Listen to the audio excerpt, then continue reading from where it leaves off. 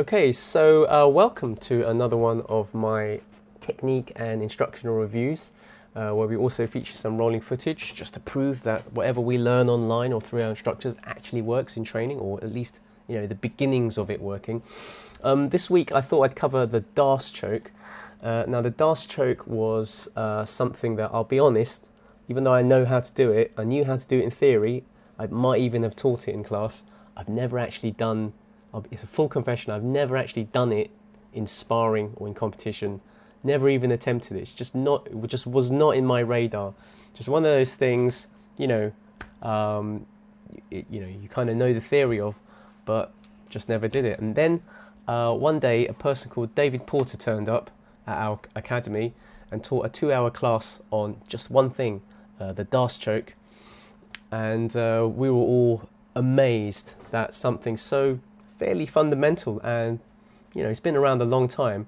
The way he taught it in a way that just everyone from beginner to black belt, it all went bang, mind blown. It was something that was very accessible, very achievable, very versatile, especially the way he showed it from top, from bottom, all the different ways you can see. Once you see the entry, it's like any other, like wrist locks, foot locks, like Kimuras.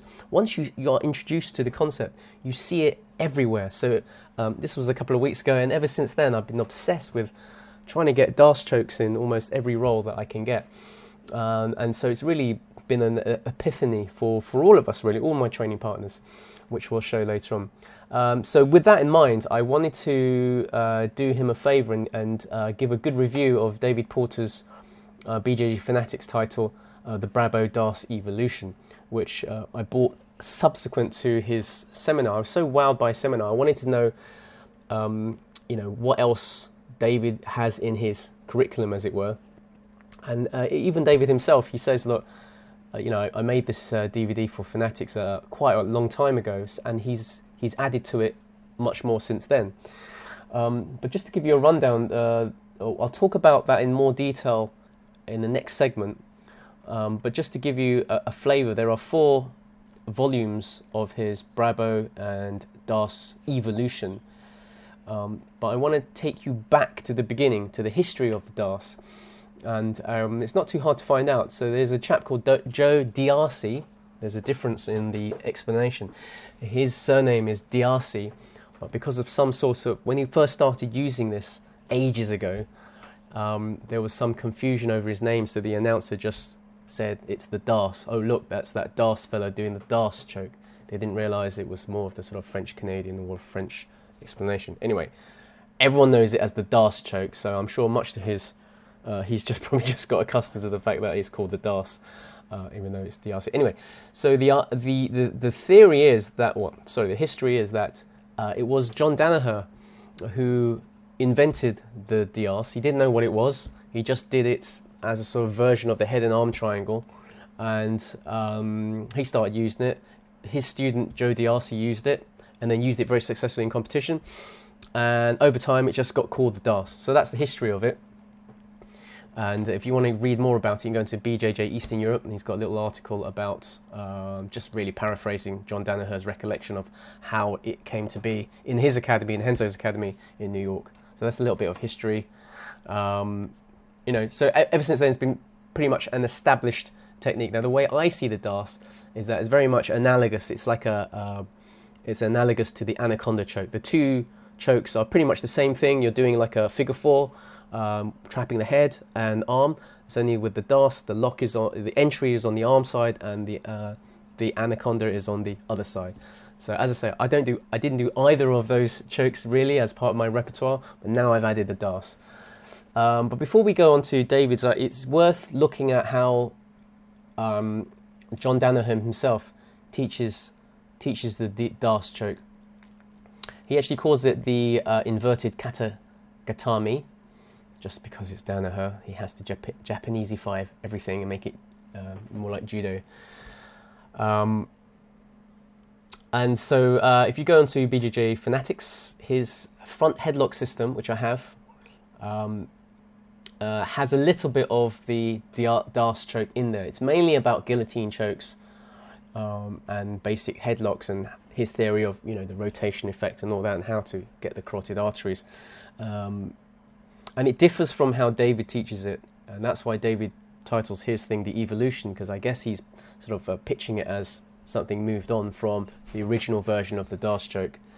So we'll have a little snippet of the Darce choke from John. Let's have a look. Where is it? Here it is. So, yeah, so John Danaher, pretty much, if you see the grip here, he uses that sort of gable grip. By the way, I'm not criticizing John Danaher. Whatever he says is gold, right? Whatever he says is gold. So, you know, I'm just explaining the difference to how I was taught it under David and how John is teaching it and how pretty much everyone else is doing the Darce choke. So here, John Danaher is explaining that, you know, people complain about they haven't got enough depth to get the choke on, and he's explaining, you know, it's all about do with your head position and not the length of your arms or your head position. Nothing's different there. But the hardest thing about getting the Darce is the entry, the very first grip. And if you notice how, let's have a look. What John is saying here is that he's getting this gable grip first, and then there's a way of which he orientates his hand onto the body in order to secure that grip and feed the bottom arm through. And then you turn the body. And then further on in this particular segment, there's only 2 chapters dedicated to the Darce in his headlocks thing. Yeah, so they're used to going the knot or the lock side of it. John suggests that it's quite possible, nothing wrong with it being facing the ground. Again, something different to how David teaches it. And also what you do with your body. So here, on this particular version, John suggests that it's pretty good. Your Darce choke gets stronger and stronger if you move your body over. You know, it looks like a mount position. And so here he goes knee on belly, and then he goes mount, and then he rolls. So later on you'll see him roll off of his training partner's body. And it's all about, whereas with David, it's a similar concept, but the way David taught it made it much more accessible to me, which I'll show you later on. But anyway, so there's John explaining how he does it, and then he actually rolls off, and he says you can actually roll off the body and continue tightening the choke. But the theory behind it, the concept behind it is the same. People think that when you're doing the head and arm and you're doing that sort of grip, you're using as much strength as you can in your arm, and that's nothing to do with the Darce choke. It's all about your body in relation to alignment in relation to your opponent's body. So anyway, I just wanted to show you a snippet of Danaher's video here. There, as with all John's videos, I mean, it's so much information. When I first got the Headlock DVD, and I watched most of it. And because there's so much, you just have to cherry pick the best bits. And I think I cherry picked the guillotine stuff, and I kind of ignored this chapter on the Darce choke, or the reverse katakatami. But now that I look back on it, having been to David's seminar, there's a lot of information that you can glean from this and add to David's content to make it a much more wholesome technique, if you like. So that was that. I just wanted to show you there. There's another chapter where he goes underneath, but it's probably not worth me saying. Before we go on to David's DVD, I want to show you how he uses... Oh, what happened there? Okay. There's YouTube clips of David in action, and David very much, before I do an introduction, is... For him, was for many years his #1 submission finish that he got in competitions. I think he's evolved a lot more since then. He's a much more leg lock intense now. But if you watch in this clip here, passes, switch back, goes underneath, and look at that finish. I mean, how cool is that?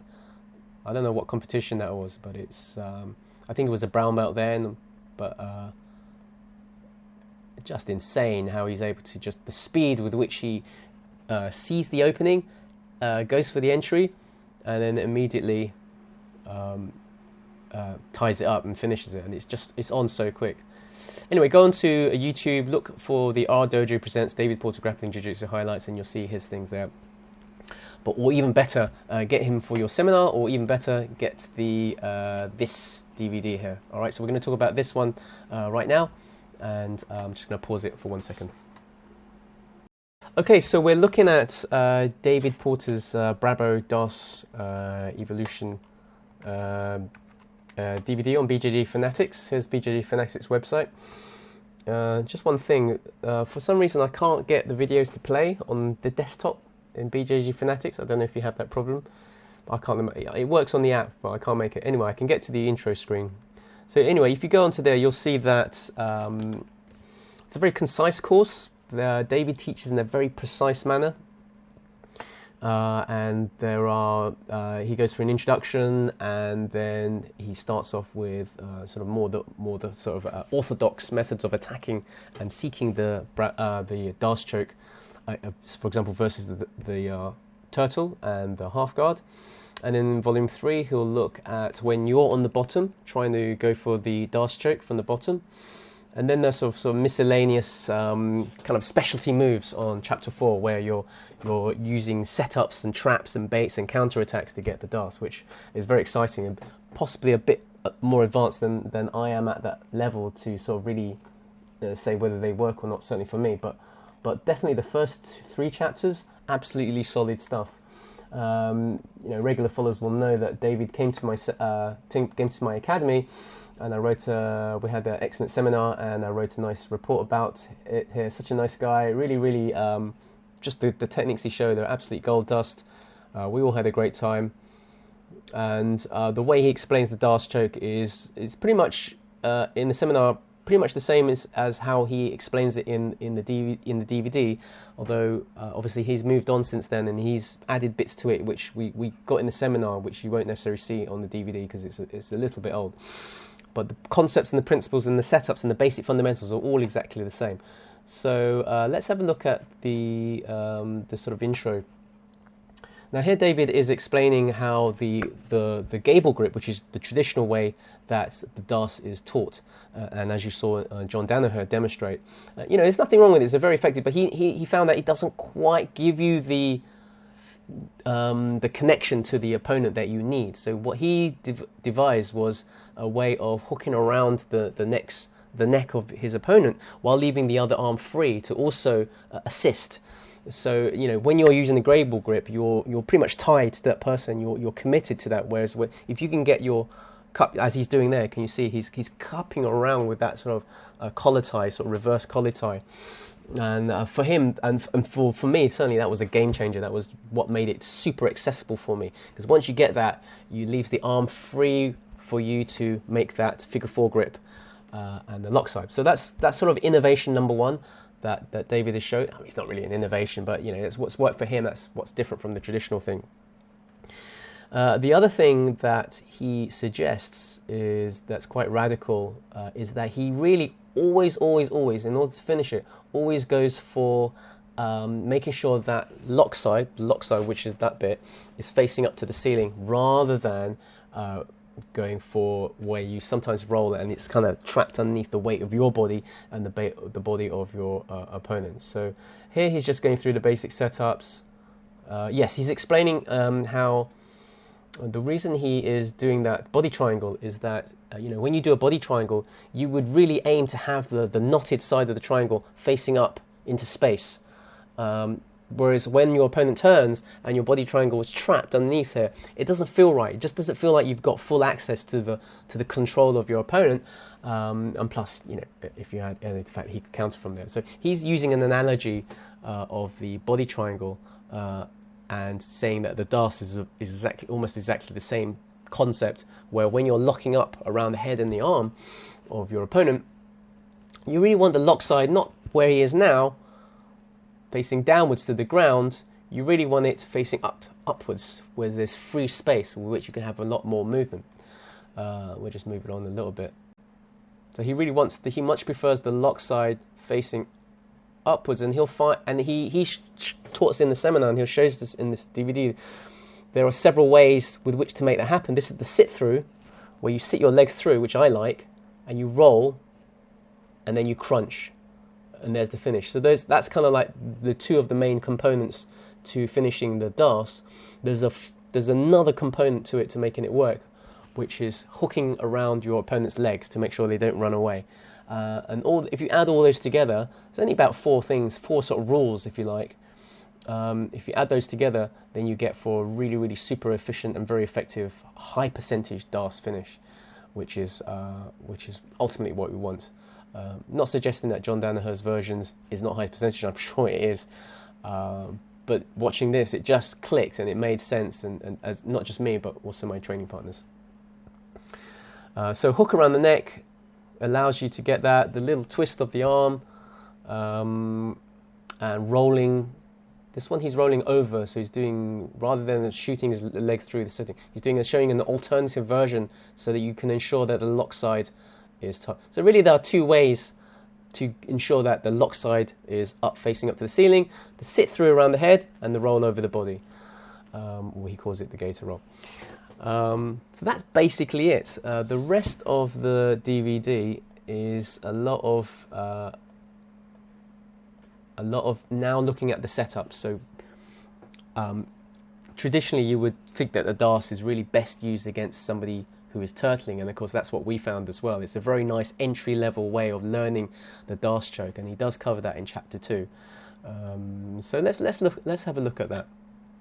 Okay, I've just moved the video on to where David is teaching you against the turtle, which is probably the easiest way to learn, and certainly how we taught us in the seminar is the really easiest way, because pretty much as long as the turtler is presenting a space underneath the armpit, and you can have access underneath the arm and then around to the head, you pretty much can learn very quickly how to do the Darce. So he's explaining how he's just cupping around the neck, and he's going to find an entry point which is underneath the armpit, shoot it all the way through, and then here comes the cupping thing. So actually he shot his body underneath to get more access, and then we're going for the crunch. So the knot side is at the top, and he finishes there, and he's just explaining how he does that. So it's very, very basics. He hasn't added any of the extra bits to it. So here's a good example of David, again, Darce from the top position, this time against somebody who is using the guard. And Gosha did this maneuver very similar to this on me, which you'll see in the rolling footage later on. So here's a knee slice, and because the opponent's arms are outstretched, it presents an opportunity, some space underneath the arm, with which David takes advantage of and sets up the Darce. So he's hooking the head in, passes his body around, and you'll see him, the next stage he knows he's got to aim for trying to get the lock side facing up to the ceiling, so he'll roll. But if you can also trap the leg, you've saved the job for later on. So he's trapped the leg, got the roll, and then it's already crunched in, so he's got the finish, which is a really nice, fairly, easy to obtain high percentage Darce attack, especially if the person puts their arm out like that. So that's quite a nice one. That's quite achievable, and variations thereof. I want to show one more example of that. I mean, there's so many examples that David shows. I don't want to show them all. Obviously, you have to get his DVD. But if you can get his... we're going to show one from underneath, because that seems to be David's... that's what David explained as his specialty, is the one that he worked on most, trying to get Darces from when you're under duress, when you're defending from the bottom. That's well worth looking at and studying. So I'll show one example from there. So in this example, I want to show a Brabo that David teaches from underneath, when you're at bottom, when you're under pressure. This is from a modified scarf hold, and what David is seeking to do is create a little bit of space. He just needs a space underneath the opponent's armpit. Once you've got a bit of space underneath the armpit, then he shoots the arm through, and he rolls underneath to get the setup for the Darce. So it's really quite clever. But once you see it, it's almost it's everywhere. There's nothing. You think that. Whether he did that spin around, do you think that might be, there's no way he would do that because there'd be weight on top of him, but there isn't any weight on top of him. If you see how he accomplishes this, once he's got that little bit of the pressure against the jawline of his opponent to create that space, there's just, all you need is a hand, just enough this space to get the hand through, then you can shoot and the whole body follows. And again, this is a nice technique. Something very similar to that was taught to me by my instructor, Nick Brooks, a long time ago. But it really works. It's really, really nice. I mean, it depends on how the person reacts, of course. But if he's not expecting it, here and there, you've got that. The arms just slip into place, and it's all there. And then the finish, the lock is already facing up, and all it is a matter of crunching inwards and then grabbing his legs, hooking his legs with your legs there to go for the finish. So I thought that was a really, really nice example. Quite simple to do, quite accessible. And if we go back to his chapter here. volume 3 is particularly interesting if you find yourself stuck in a lot of these positions, you know, underneath scarf hold, underneath crossface, especially with the crossface in from side control. There's north south. There's all sorts of things that he shows where all you need is once you spot a little bit of a gap underneath the armpit, and if you can just see this side of the arm, you can shoot through and set up the Darce. It's so accessible, which is what really kind of blew our minds and allowed us to sort of see opportunities everywhere. I won't go through chapter 4. There's a bit, I'd say that's little bit more specialist, but again, all very useful. I'm going to study that in more detail later on when I get a bit better at the Darce. But next I want to show you some rolling footage of Jason Goshen and me, who all of us attended the seminar, and we were so desperate to hit these Darces, which you know, to some degree we did get to do on each other. So a little bit in a second, we'll see more of that. Let's move along to our rolling footage of my little training gang, Jason and Gosha. We meet every week, and it's just rolling, just an hour of rolling, and we use that time to practice our favourite techniques. Now, all three of us attended David Porter's Darce seminar, and as I said earlier, it really opened our eyes to not just improving our Darce, but in my case, adding it to my arsenal where it didn't exist before. And the way he teaches, it just totally made sense. You know, in those 2 short hours that he was with us, he gifted us a whole new set of weaponry, which we were all three of us were so keen to use on each other. Now, it's one thing to use it on unsuspecting opponents, but it's another thing to use it on people who learnt the very same thing on the same day as you, and we're both trying to do it on each other. So this is some of our hits and misses. Let's start off. This is a little roll with Gosha, and she's turtling here, so I see that as an opportunity to get my arm in through, feed it in, and you can see I'm really wrapping up with the arm, and I'm doing bringing her weight back into. Actually, she thought she drives into me, so I'm kind of up against the wall here, but it doesn't matter. It's all part of it's all built into the system, and as I hook around her leg, I can then crunch in for the finish. So that was nice. Because it was straight off the seminar. Every time we got a Darce, each one of them, we all celebrated. So, you know, we're not showbaiting. We were just both pleased that we got a Darce, you know, against. One thing I wanted to highlight there that I'm quite proud that I picked up from the seminar is David's little trick. Is you see what I'm doing with this arm here, right? Is that because one of the problems of doing the Darce is that, you know, people just go in here and your arm is not long enough. So his tip is to bend the arm down, and that allows you to just get a little bit more, a few more centimeters of purchase, then turn it in, and then you can get it. So I literally did that here, and hopefully you can see there. So I'm readjusting. I'll just go back a bit. So I did the readjustment there. Yeah, there. So initially I go for the bent arm, and then I point the hand down, which allowed me a little bit more extra room, just around about here, and then I could sink in a bit of a deeper bite around the head and arm, which gave me the finish, which is really nice. So that was that, and then in the same session later on, we'll move on. Gosha, I'm doing a knee shield against Gosha, not very well unfortunately. So she's passing my knee shield, and she also gets the arm in underneath my armpit, hugs around, gets a nice bite, goes underneath, and I had to tap because it's so strong. It's like the arm becomes like an iron bar across your neck, and if you get it right, it's right on the carotid. But a bad Darce goes around the back of the head, so it feels like a neck crank. But it's still something that you can tap from. But a really good Darce, which is what David shows us, should be right on the carotid artery, and so that's hence feeding your arm in is a really important part of that. So here again, I'm trying underneath now, so I see the opportunity, and I kind of fluff it up really.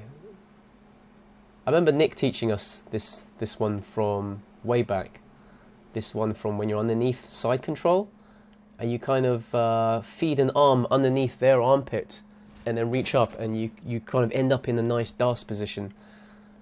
But I didn't quite pull it off here. But you can see what I'm trying to do, trapping the head and arm. I just needed a bit more of a bite, but she sort of ran away from it before I could establish a control over it. In this role with Jason, this is Jason and Gosha, they're doing, yeah, again, they both fresh from the seminar, so they were so super keen to try. Now, just to sort of preempt it, Gosha's really good with her anaconda chokes, but she's never really done Darce chokes before, and they're two sides of the same coin, if you like. So she's had to take a bit of readjustment, but she still managed to pull it off really nicely. So here, Jason's turtling, and she's got that hug around the head. She's got the arm grip, and then she goes on bottom side down, which is what David said was it's much better to do the lock on the top side up. But it doesn't really matter because, you know, that bit is so tight that Gosh is succeeding in getting the tap there. We'll just go back again, have a look. So what I mean to say is where your arms intersect here, which is normally, sometimes you'll set it up and you'll end up it facing on the ground. You know, David's suggestion always is if you can roll in a way where the lock is facing on the upper side towards the ceiling, you have a much better chance and more freedom of movement to just get that extra crunch and finish it off, from his experience anyway, and certainly from the experience that we've been doing so far, that it does work. But it doesn't matter. In this case, Gosh is doing it sort of anaconda choke style, so her lock was on the bottom facing the ground, but because she had the leg tied in quite nicely there, she was able to crunch in really tightly, and you've just got no choice. You just have to tap because it's quite an excruciating pain if done correctly. She did it perfectly there, so a little celebration there. Again, all three of us were fresh from the seminar. Now here, this one is a bit more of an extended, so I passed Jason's guards and I'm in sort of top side control. It's not really controlling, but I see an opportunity. And that's another thing to take away from the seminar, is it suddenly opens your eyes to seeing opportunities where maybe you would have ignored it, or just through ignorance you wouldn't have necessarily gone for it. But as soon as a space opens up underneath the elbow, and if you can see the back of the arm, you can sink an arm in and go for that Darce choke situation there, which is what I do on Jason there. I'm sort of feeding through, and always in the back of my mind I'm realising that, you know, you don't have to have super long arms if you can just get the bite right. And now I'm getting the crunch, hook around the leg, and I've got the finish. So unfortunately you can't quite see, it's blindsided, but I've got the arm sunk through there, but you can't quite see on the other side as I was getting the bite. It wasn't a perfect bite. I've managed to see that little area here. It wasn't a perfect bite, but it was just enough. And as soon as I rolled a bit more, get my leg on top, and that sort of final moving your hips towards the opponent is that killer finish, which I was speaking to Jason afterwards. I was saying to Jason, you know, because he trains with other people in this dojo, and he's been hitting Darces all week. And I said, you know, what's the one thing you took away from David's seminar, which allowed you to succeed in the Darce, whereas before it was kind of a 50-50 thing? And he said, it's all about that finish. It's all about that. It's not about the strength of the arms. Totally nothing about it. That's just simply to secure. It's all about that crunch. The crunch you do with your lower body moving closer to the opponent.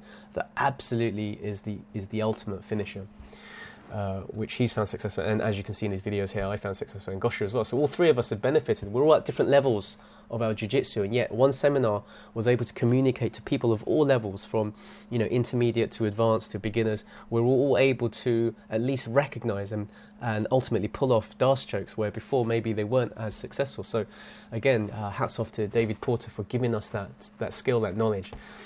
And you know, I can't enthuse enough about what he offered us today. So anyway, just a small snippet of the rolling footage there. We're going to continue. I can guarantee, you know, Jason, Goshen and I, we will continue using Darces. When we see the opportunity, we're going to go for it. And in addition to all the other stuff that we do. So that's a little bit of the footage there.